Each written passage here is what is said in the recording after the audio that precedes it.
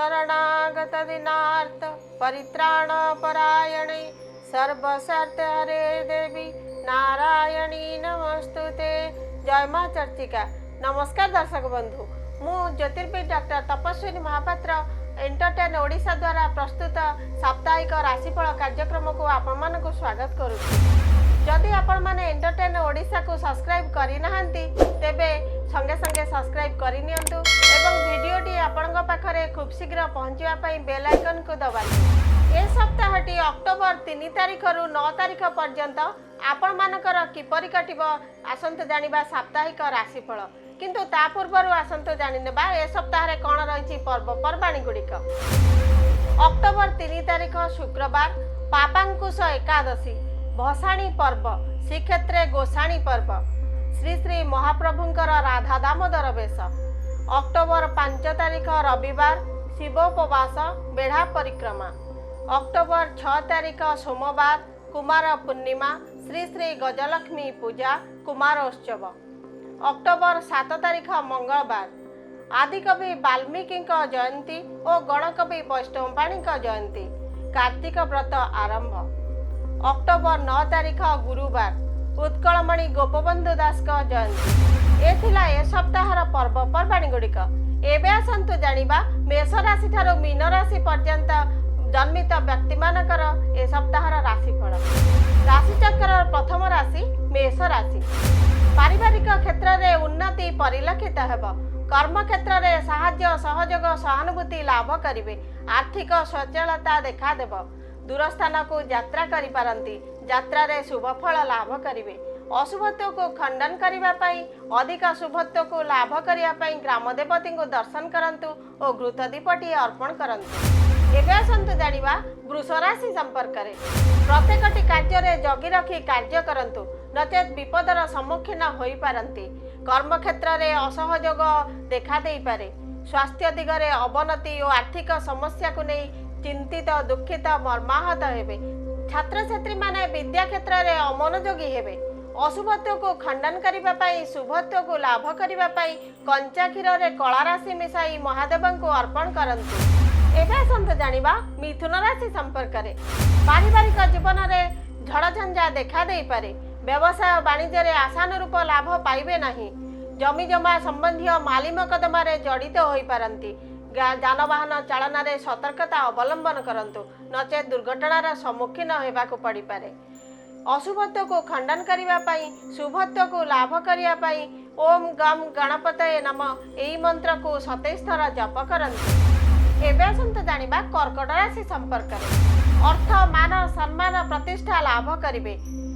गृह को कौनसी शौखीन द्रव्य क्रय करी आनी पारंती। जमी जमा संक्रांतीय मामला रे जययुक्त हेबे। पारिवारिक जीवन सुख शांति रे अतिबाहित हेब। व्यवसाय वाणिज्य रे अपेक्षाकृत लाभवान हेबे। अशुभत्व को खंडन करिवा पई अधिक शुभत्व को लाभ करिवा पई कौनसी असहाय व्यक्ति को किछि खाद्य प्रदान करंतु। एबे आसंतु जानिबा सिंह राशि संपर्क रे। देह मन सुस्थ रहिब। आर्थिक उन्नति परिलक्षित हेब। कर्म क्षेत्र रे साहाय्य सहयोग सहानुभूति लाभ करिवे। नूतन जानवाहन क्रय करिवार योग रही। महिला माने निज निज कार्य रे प्रशंसनीय हेबे। अशुभत्व को खंडन करिया पई अधिक शुभत्व को लाभ करिया पई सूर्य नारायण को अर्घ्य प्रदान करंतु। एबे आसंतु जानिबा कन्या राशि संपर्क रे। पारिवारिक जीवन रे मतपार्थक्य देखा देई पारे। आय अपेक्षा व्यय अधिक होई जिवो। स्थिरता अवलंबन करंतु नचेत विपदर सम्मुखीन होई पारंती। व्यवसायी माने व्यवसाय रे आशानुरूप लाभ पाइबे नहीं। छात्र छात्री माने विद्या क्षेत्र रे अमनोयोगी हेबे। अशुभत्व को खंडन करिया पई शुभत्व को लाभ करिया पई पक्षी माननको किछि मुग डाली खाइबा को दियंतु। एबे आसंत जानिबा तुला राशि संपर्क रे। पारिवारिक जीवन रे मनांतर मतांतर देखा देब।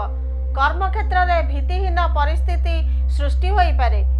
छात्र छात्री माने विद्या क्षेत्र रे अमनोयोगी हेबे। आय अपेक्षा व्यय अधिक होई पारे। प्रेमिक प्रेमिका माने असुविधा रे सम्मुखीन होई पारंती।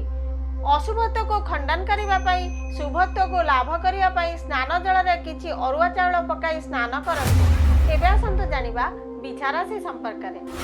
आशा करुथिबा दिगरु सफलता लाभ करिवे। परिवार रे थिबा मनमालिन्य दूर होई जिवो। पिता माता गुरुजन मानक स्वास्थ्य रे उन्नति परिलक्षित हेब।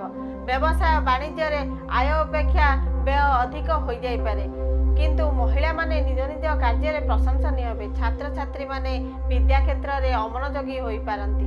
अशुभत्व को खंडन करिया पाई, शुभत्व को लाभ करिया पाई ओम घृणी सूर्या नम एई मंत्र रे सूर्य को अर्घ्य प्रदान करंतु। एबे आसंतु जानिबा धनुराशि संपर्क। शारीरिक पीड़ा, मानसिक दुश्चिंता, कर्म क्षेत्र रे अस्थिरता देखा देई पारे। निजर लोक माने विरुद्धाचरण करि पारंती। कर्म क्षेत्र रे उच्च कर्तृपक्षक साहाय्य सहयोग पाइबे नाही। व्यवसायी माने व्यवसाय रे आशानुरूप लाभ पाइबे नाही। छात्र छात्री माने विद्या क्षेत्र रे अमनोयोगी हेबे।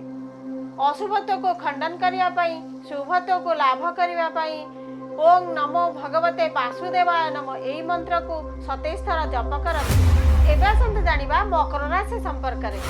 देह मन सुस्थ रहिबो, दीर्घ दिनर आशा आकांक्षा पूर्ण हेबो।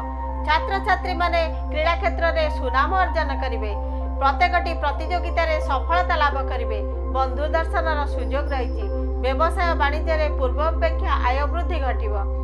अशुभत्व को खंडन करिया पाई, अधिक शुभत्व को लाभ करिया पाई मां काली को दर्शन करंतु और राशि तेलर दीपटी अर्पण करंतु। एबे आसंतु जानिबा कुंभ राशि संपर्क रे। पारिवारिक जीवन रे मनांतर मतांतर देखा देई पारे। एपरिकी भातृविवादर आशंका रहिछि। प्रगति पथरे गुप्त शत्रु माने बाधा विघ्न सृष्टि करि पारंती। आकस्मिक दुर्घटनार संभावना रहिछि, एणु सतर्कतार सहित जानवाहन चालन करंतु। छात्र छात्री माने परिश्रम तुलन में पारिश्रमिक कम पाइबे। अशुभत्व को खंडन करिया पाई, शुभत्व को लाभ करिया पाई निज खाद्यर किछि अंश कुकुर को खाइबा को दियंतु। एबे आसंतु जानिबा राशि चक्रर अंतिम राशि मीन राशि संपर्क रे। दाम्पत्य जीवन रे सुख शांति परिलक्षित हेब। देह मन सुस्थ रहिबा। उत्तम भोजन प्राप्ति सहित वस्त्र आभूषण प्राप्तिर सुयोग रहिछि। कर्म क्षेत्र रे पदोन्नति हेबार संभावना अधिक रहिछि। व्यवसाय वाणिज्य रे आशानुरूप लाभवान हेबे। छात्र छात्री माने पूर्व अपेक्षा विद्या क्षेत्र रे सफलता लाभ करिवे। अशुभत्व को खंडन करिया पाई, अधिक शुभत्व को लाभ करिया पाई ओम गम गणपतये नमः एई मंत्र को 21 थर जप करंतु। एथिला मेष राशि ठारू मीन राशि पर्यंत 12 गोटी राशि रे जन्मित व्यक्ति मानकर ए सप्ताहर राशिफल। दर्शक बंधु, आपण मानकर जदि कौनसी समस्या रही, समस्यार समाधान चाहते तेबे स्क्रीन रे दिया जाथिबा नंबर रे जोगाजोग करंतु। आज तो समय हो गलानी कार्यक्रम को एठी विराम देबा। माँ जगज्जननी चर्चिका आपणकर दिन गुड़ी को मंगलमय करंतु। रहुछि, नमस्कार।